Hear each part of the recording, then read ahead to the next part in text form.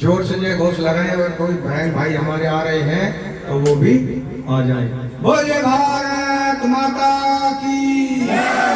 सभी ग्रामवासियों को, भाइयों को भाव भरा निमंत्रण दिया जा रहा है कि आपके ही गांव में भगवान शिव मंदिर पर ज्योति कलश यात्रा पहुंच चुकी है। जो भाई बहन हमारी आवाज सुन रहे हैं, शीघ्रता से शीघ्र मंदिर के प्रांगण में पहुंचने की कृपा करें। कुछ ही क्षणों में कार्यक्रम का शुभारंभ होने जा रहा है। सभी 3 बार गायत्री मंत्र बोलेंगे। सीधी कमर करके बैठेंगे। 3 बार गायत्री मंत्र एक स्वर में एक साथ बोले सभी भाई बहन।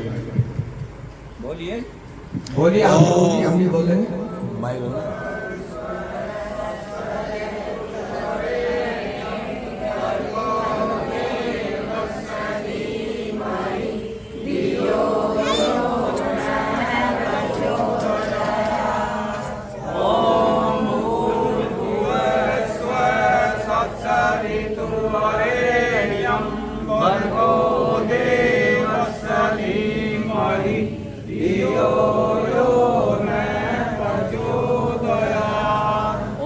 भावार्थ, भाव किस किस पर आता है वो भी हाथ उठाए। सब पर आता है। क्या बात है, जोरदार ताली बजाइए। सबको भी आता है। फिर हमारा कार्यक्रम समय से चल रहा है। यही बात बताने के लिए 3 बिंदु आए थे और वही सब जानते हैं। सबसे अच्छी बात यह है तो कार्यक्रम की गुणावती होनी है, बाकी तो सब जानते ही हैं। नहीं, गायत्री मंत्र, गुरु मंत्र, अनादि मंत्र, ऋषि मंत्र का हम सबसे पहले भाव सुनेंगे। ठीक है, क्या भाव है इसका? वो भाव सुनने से पहले एक बात और बताएंगे। अखिल विश्व गायत्री परिवार शांतिकुंज हरिद्वार के द्वारा युग निर्माण सत्संकल्प के 18 सूत्र मालूम है किसी को?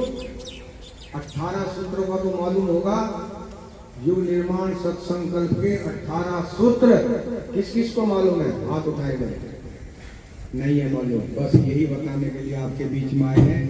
गायत्री मंत्र तो बोलेंगे, लेकिन उससे पूर्व आप 18 सूत्र जो हैं, जो गीता के 18 अध्यायों के बराबर 18 सूत्र हैं। अगर आपके युग निर्माण संकल्प सूत्र के 18 सूत्र अगर आपको याद हो गए तो आप समझ लेना कि आपने पूरी गीता, पूरे जो है गीता को कंठस्थ कर लिया है। ठीक है, तो अब आपको हम सबसे पहले बोलकर बताएंगे 18 सूत्र। गायत्री मंत्र से भी अब जरूरी हो गए हैं। जहाँ भी कार्यक्रम होगा सभी बहन भाई 18 संकल्प सूत्र प्रतिदिन दोहराएंगे। प्रतिदिन सबको नहीं दोहराते हैं तो कम से कम एक सूत्र प्रतिदिन याद करेंगे, उस पर मंथन चिंतन करेंगे और उसको अपने जीवन में उतारने का प्रयास करेंगे। सीधी कमर करके बैठे, आप बोलेंगे, हम भी बोलेंगे। आपको आज मात्र 5 सूत्र बोलकर बताएंगे। ठीक है, बोलिए। हम ईश्वर को सर्वव्यापी न्यायकारी मानकर उसके अनुशासन को अपने जीवन में उतारेंगे। बात समझ में आ गई? हम ईश्वर को सर्वव्यापी हर कण कण में मानकर भगवान का जो अनुशासन है हम उसको अपने जीवन में उतारेंगे। ये भाव है। दूसरा क्या है? शरीर को भगवान का मंदिर समझकर आत्म संयम और नियमितता द्वारा, जोर से बोलिए, आरोग्य की रक्षा करेंगे।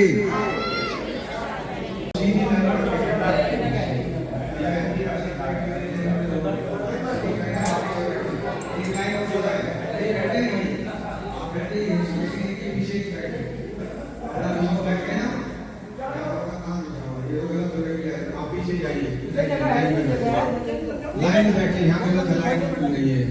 वो अच्छा नहीं लग रहा है बिल्डिंग बैठे हुए। आप बैठे हैं, कोई बात नहीं।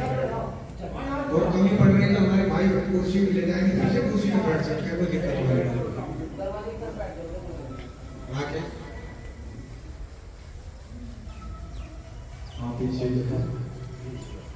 बोलिए भारत माता की। जोर से जय घोष लगाएंगे। सहारनपुर के जिला भाइयों की, बहनों की आवाज इतनी हल्की थोड़ी होती है। बहुत जबरदस्त होती है। जब सहारनपुर बोलता है तो सबको चुप बैठना पड़ता है। सबसे पहले तो ये है कि लगभग हम 1 घंटा लगभग लेट हो रहे हैं। कारण ये है कि बारिश जो है हमारे पास टाइट हो गई, गाड़ी भीग गई, सारा सामान रात में लेट आए। 1 बजे तक कार्यक्रम में आकर लगे, 3 बजे 4 बजे होता है गाड़ी के सब। 10-15 मिनट आपके बीच में बात रखें। ये है क्या क्या देख रही हो? आप सबसे पूछना चाहेंगे कि आप जितने भी भाई बहन यहाँ खड़े हुए हैं, आप में से शांति कुंज कितने भाई बहन गए हुए? हाथ उठाइए। जोरदार ताली बजाइए, बहुत भाई बहन गए हैं। गायत्री मंत्र, गुरु मंत्र, अनादि मंत्र, ऋषि मंत्र किन किन भाइयों पर आता है वो भी हाथ उठाए ऊपर। क्या बात है। पर्सन 2 पूछने थे, 2 तो 1 पूरा हो गया, दूसरा बाकी है। सब पर गायत्री मंत्र आता है। परीक्षा में आप पास हो गए हैं, कोई बात नहीं। शांति कुंज अगर तीर्थ गए नहीं है तो आपके जो भाव है ये बता रहे हैं कि आप कितने श्रद्धावान हैं, निष्ठावान हैं। अब पूछना चाहेंगे कि गायत्री मंत्र का जो भाव है, जो इसका भावार्थ है, वो किन किन भाई बहनों पर आता है, वो अभी हाथ उठाएं। बस ये कुछ कम पर आता है, कोई बात नहीं। बस इसी भाव को बताने के लिए 2% में आप पास हो गए भाई साहब, 1% बाकी है।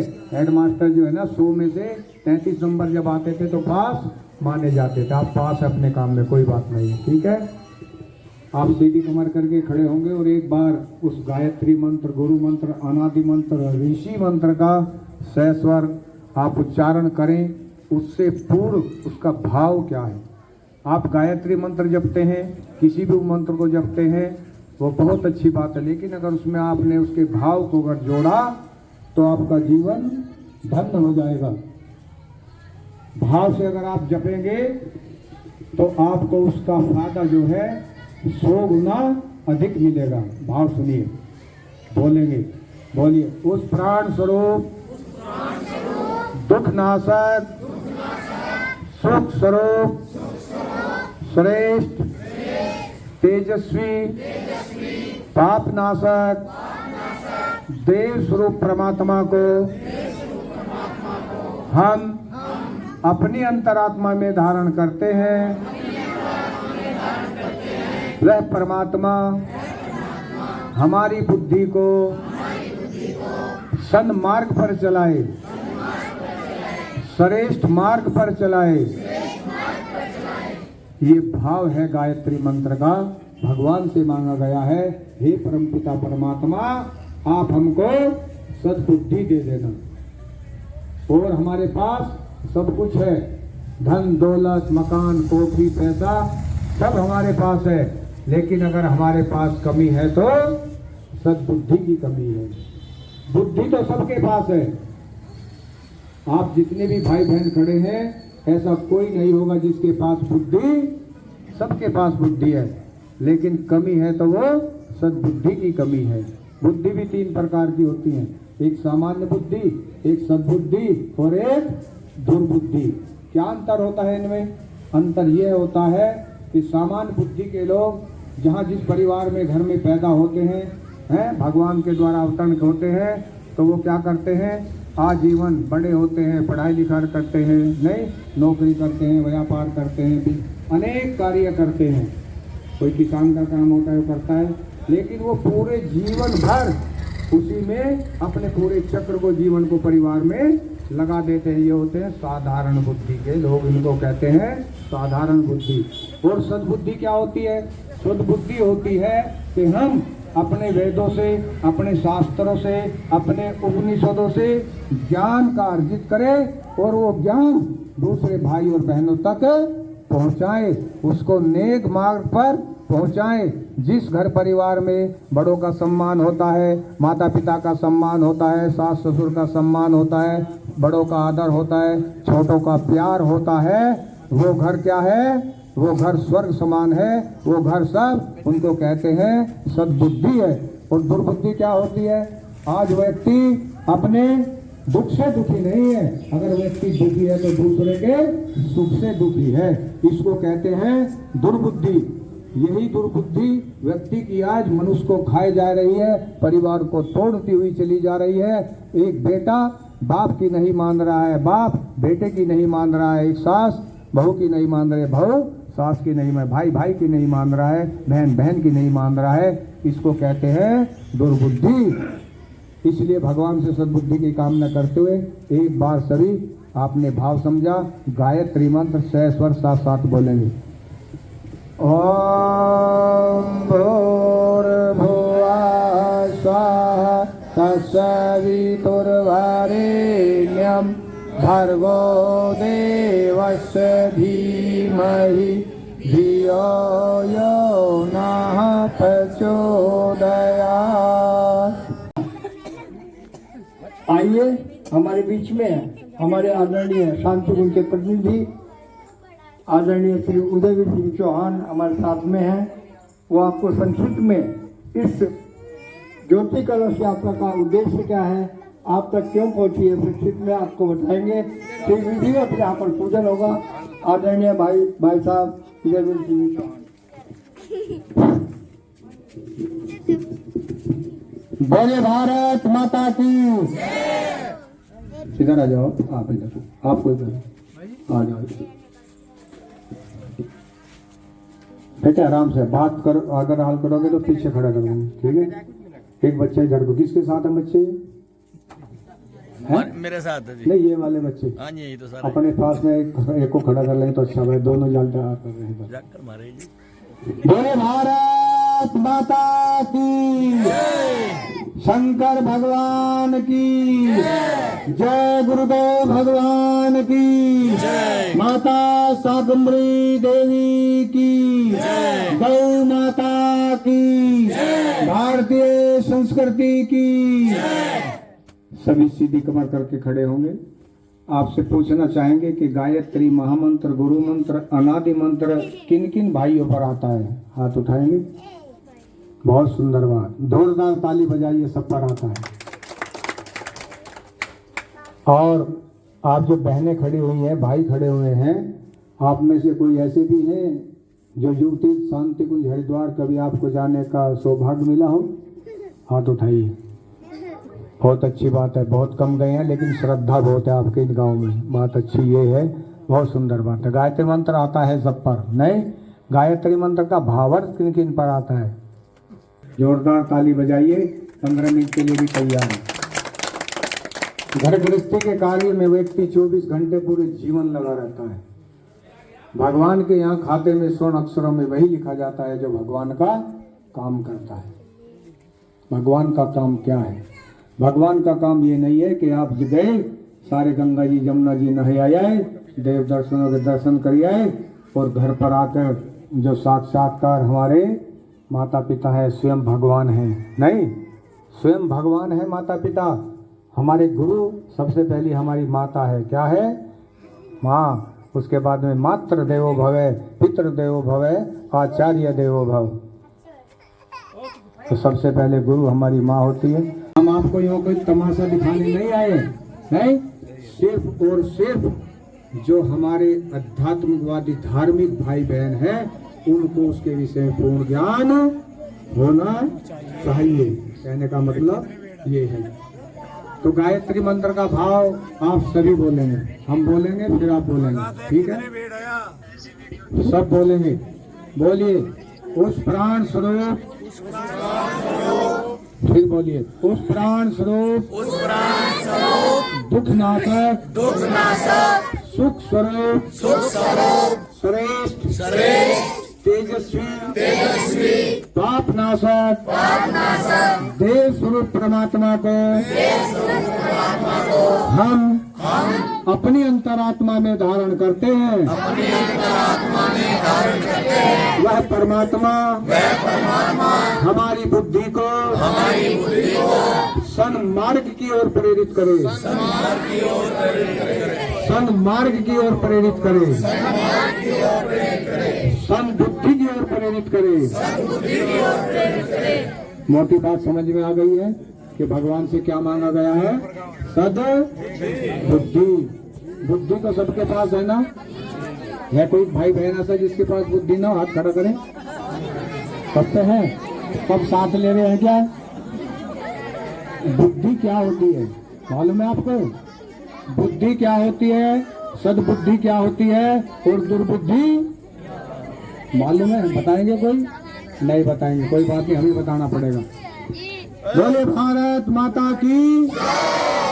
भाइयों और देवियों, साधारण बुद्धि वह होती है जिस परिवार में, घर में हमने जन्म लिया और बड़े हुए, पढ़ाई लिखाई की, नौकरी पेशा लगे, विवाह शादी किया, परिवार बढ़ाया और आजीवन कृषि का काम किया। नहीं, किसी ने व्यापार किया, किसी ने नौकरी की, कोई डॉक्टर बना, कोई इंजीनियर बना और पूरा जीवन उसी चक्र में, इसको कहते हैं साधारण बुद्धि। सद्बुद्धि क्या है? सद्बुद्धि वह है कि जो हम अपने वेदों से, अपने शास्त्रों से, अपनी गीता से, अपने उपनिषदों से, अपनी स्मृतियों से ज्ञान लेकर और उस ज्ञान को प्रत्येक प्राणी तक पहुंचाए, प्रत्येक प्राणी तक पहुंचाए। जिस घर परिवार में माता पिता का सम्मान होता है, बड़ों का आदर होता है और छोटों का प्यार होता है और सुख शांति रहती है और दूसरों को भी हम क्या करते हैं, सुख शांति पहुंचाते हैं, वो भाई कैसे होते हैं? सद्बुद्धि वाले होते हैं।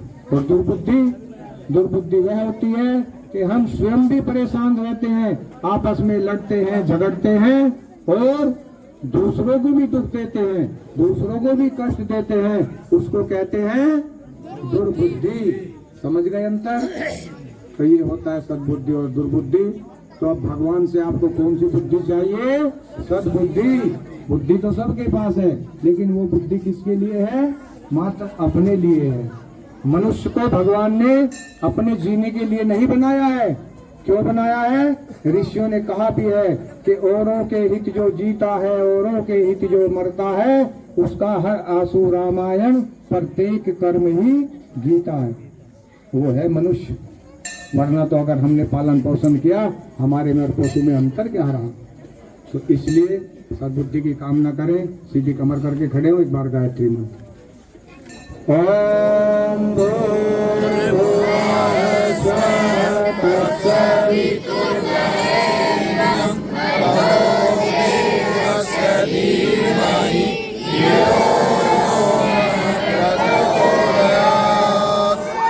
बस बहुत भाई स्मरण करेंगे और भावना बनाए रखेंगे।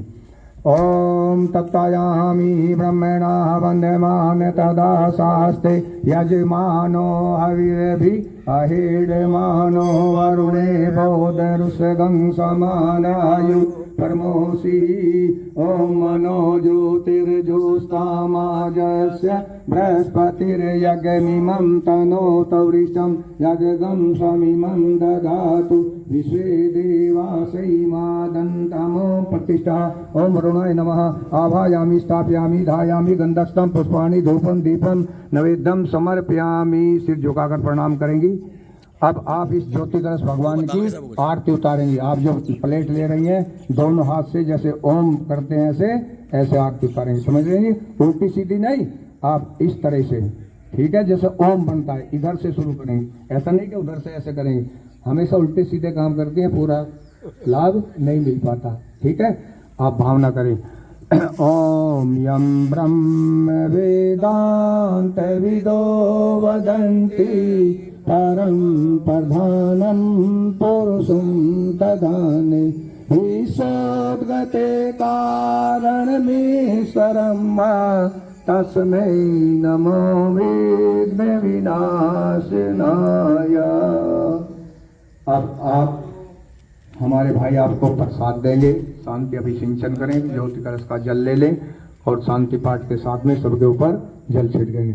अब सबको प्रसाद लेकर जाना है। हमारे भाई प्रसाद इधर से देंगे, तुरंत आपको प्रसाद लेकर जाना है। ज्योति अपने पूजा के स्थान पर रख लेनी है। 1 घंटा जले, 2 घंटा जले, 3 घंटा जले, आपको इसको प्रज्वलित रखना है। पूरा दिन चलाना चाहते हैं आप, और इसमें घी डाल देना। 1 दिन 2 दिन 4 दिन 10 दिन जलाना चाहती हैं, इसको बड़ी जोत में इसी जोत से जला देना। आपकी श्रद्धा के ऊपर है, तभी इसका आपको फायदा मिलेगा। मात्र दीप और कोई बात नहीं, हाथ नीचे करें, सीधी कमर करके खड़े और गायत्री मंत्र एक साथ, महामंत्र, गुरु मंत्र, अनादि मंत्र का सहस्त्रोच्चारण करें।